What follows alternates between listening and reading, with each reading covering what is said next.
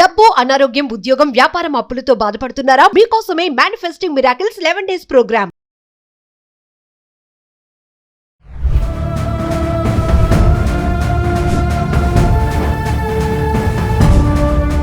Hi hello నమస్తే, welcome back to Suman T. ప్రస్తుతం మనతో పాటు ఉన్నారు ఫ్యామిలీ కౌన్సిలర్ రజనీ రమ్మ గారు. నమస్తే మ్యామ్. నమస్తే నవీన. మ్యామ్, మనం కొన్ని వీడియోస్ చేసాం ఈ మధ్య కాలంలో, భార్యా బాధితులు ఎక్కువైపోయారని చెప్పేసి. బాధితులే కాదు, స్కెచ్లు వేసి చంపేస్తున్నారు కూడా. అది ఏ సంబంధం ఉన్న ఇల్లీగల్ కాంటాక్ట్స్ అనే డబ్బుల కోసమో, కొత్తగా యూపీలో చూసుకుంటే జాబ్ కోసం అంట. అంటే ఇంకా భర్తలకి ఎక్కడ సేఫ్టీ ఉందనుకోవాలి, అటు డబ్బుల కోసము, ఇల్లీగల్ కాంటాక్ట్స్ కోసం, ఇంకా ఉద్యోగం కోసం కూడా చంపేస్తున్నారంటే. యూపీలో జరిగిన సంఘటన ఏంటంటే, ఆవిడ హస్బెండ్కి రైల్వేలో జాబ్ ఉందంట. ఆ జాబ్ తనకి రావాలని చెప్పేసి స్కెచ్ వేసి అతన్ని ఏమంటారు, అడ్డు తొలగించుకుంది. దీన్ని ఎలా చూడొచ్చు అంటే, జాబ్ కోసము ఇంకా అంటే మరి భార్య బాధితులు పెరుగుతున్నారా అంటే, మరి ఇలాంటివి చూస్తే ఇంక పెరుగుతున్నారని అనుకోవాలి. ఒకసారి దీని గురించి అంటే తను రైల్వే ఎంప్లాయీ కాదు, సిఆర్పిఎఫ్ జవాన్. జవాన్ అంటే కానిస్టేబుల్ ర్యాంక్. ఇప్పుడు బాగుంది, ఫైన్.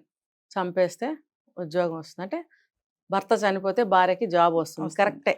కానీ చంపితే రాదనే జ్ఞానం ఉండాలి. ఇప్పుడు ఓకే, ఒకవేళ మీరు చంపలేదు, ఆయన మామూలుగానే ఏదన్నా బాగుండక హెల్త్ చనిపోయాడు, అయితే ఆన్ డ్యూటీ చనిపోయారు, అప్పుడు ఇంకేం జాబ్ వస్తుందో తెలుసా? ఆయన ర్యాంక్ ఏంటి? జవాన్. అంటే లాస్ట్ ర్యాంక్. లాస్ట్ అంటే ఇంకా ఫాలోవర్స్ ఉంటారు కింద. దానికంటే ముందు వాళ్ళకి కూడా ఈ మధ్య కానిస్టేబుల్ జవాన్ ర్యాంక్స్ ఇస్తున్నారు. వాళ్ళకి ర్యాంక్ ఇవ్వకుండా ఎందుకు అని చెప్పి వాళ్ళకి కూడా జవాన్ ర్యాంక్ ఈక్వల్ ర్యాంక్ ఇస్తున్నారు. అంటే కానిస్టేబుల్ ప్లస్ ఫాలోవర్స్కి ఇద్దరికి ఈక్వల్ ర్యాంక్ కానిస్టేబుల్ ర్యాంకే ఇస్తున్నారు. సో ఇప్పుడు రియల్ కానిస్టేబుల్ ఉంటాడు, ఫాలోవర్స్ కాకుండా, అంటే జవాన్ అంటారు వాళ్ళల్లో.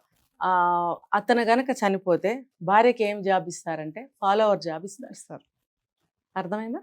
అంటే ఊడవటం, అక్కడ మెస్లో పనిచేయడం, లేకపోతే టైలరింగ్ దగ్గర ఇవ్వడం, వాళ్ళకి వాళ్ళ వాళ్ళ వాళ్ళ యూనిఫామ్స్ కుట్టడానికి దానికి వాళ్ళకి ఒకటి వింగ్ ఉంటుంది, టైలరింగ్ వింగ్.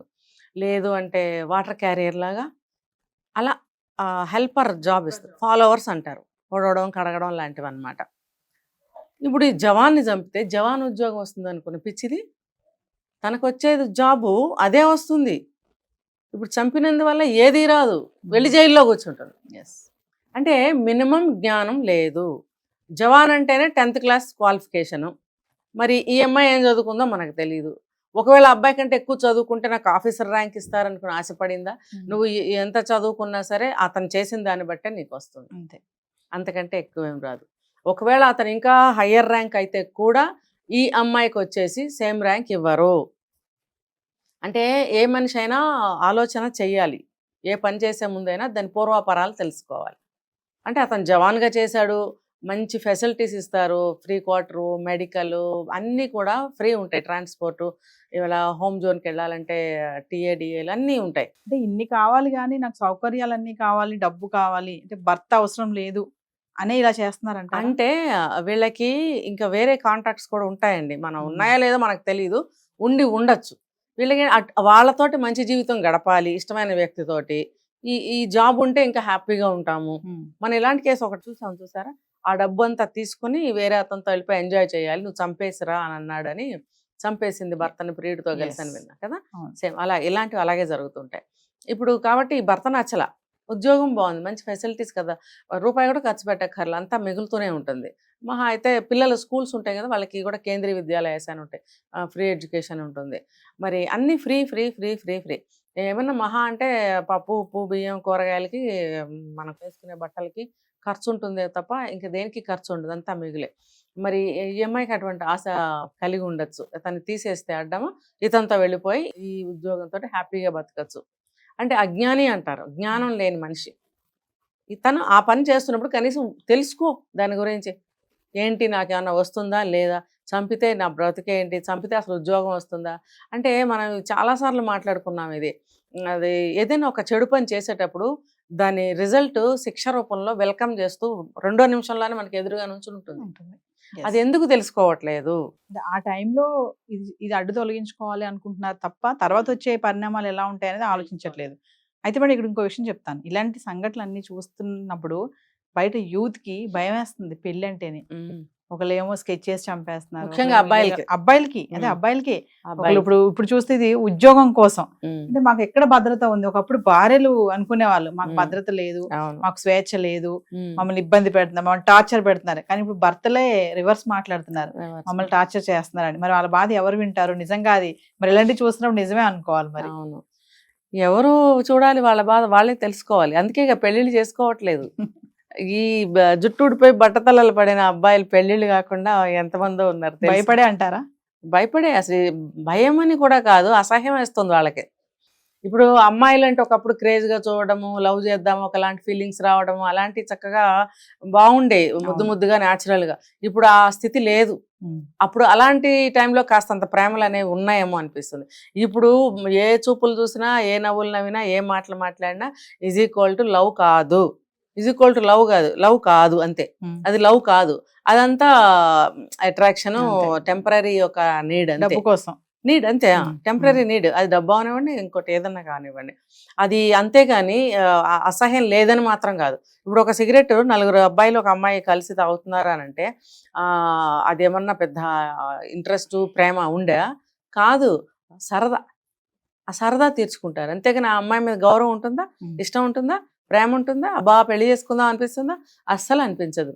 ఇంకా మాట్లాడితే పెళ్లి టాపిక్ వచ్చింది అనుకోండి వాళ్ళ మధ్యన, చిచ్చి చేసుకుంటే మంచి అమ్మాయిని చేసుకోవాలి కానీ నిన్నేంటి, కావాలంటే దూకి చచ్చిపోతా కానీ నిన్ను పెళ్లి చేసుకోవడం ఏంటి అనే భావనలో అబ్బాయిలు ఉండకపోతే నన్ను అడగండి. ఇదే భావంతో ఉంటున్నారు. కాబట్టి ఇప్పుడు అబ్బాయిని చంపినందువల్ల ఉద్యోగం రాదు సరి కదా, జైలు. ఇంకొకటి, జైలు నుంచి తిరిగి వచ్చిన తర్వాత నాకు ఆ ఉద్యోగం ఇస్తారనుకుంటే అది కూడా భ్రమే. ఎందుకు ఇస్తారు? అలా ఇవ్వరు. నీ పూర్వచరిత్ర తెలిసిన వాళ్ళు నువ్వు జైల్లో ఉండి బయటకు వస్తే భర్త ఉద్యోగం నీకు అసలు ఎక్కడ లేదు, ఆ రూల్ లేదు, ఇవ్వరు. మామూలు జెన్యూన్ కేసుల్లోనే ఒక పర్సన్ చనిపోతే ఆ భార్యకి కానీ కొడుక్కి కానీ ఉద్యోగం ఇవ్వడానికి ఎన్నో ఇయర్స్ టైం పడుతుంది. ఈమెకి ఎలా ఇచ్చేస్తారు?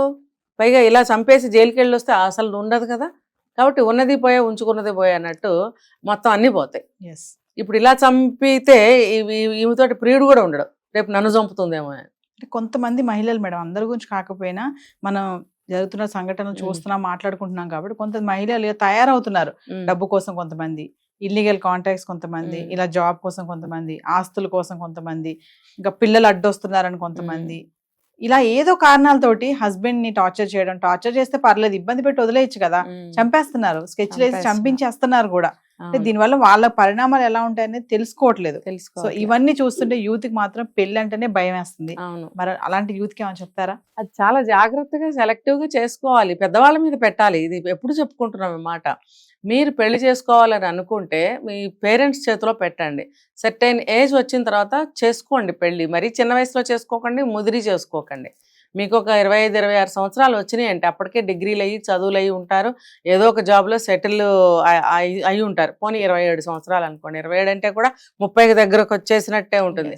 26 కల్లా మీరు లైఫ్ సెటిల్మెంట్ చేసుకుంటే ఆ వయసుకు తగ్గ అమ్మాయి ఇంకా కొంచెం చిన్నదే అయి ఉంటుంది కాబట్టి ఒక సాంప్రదాయమైనటువంటి స్టేజ్లోనే ఉంటుంది. ఇంకా కొద్దిగా చెప్తే వింటుంది.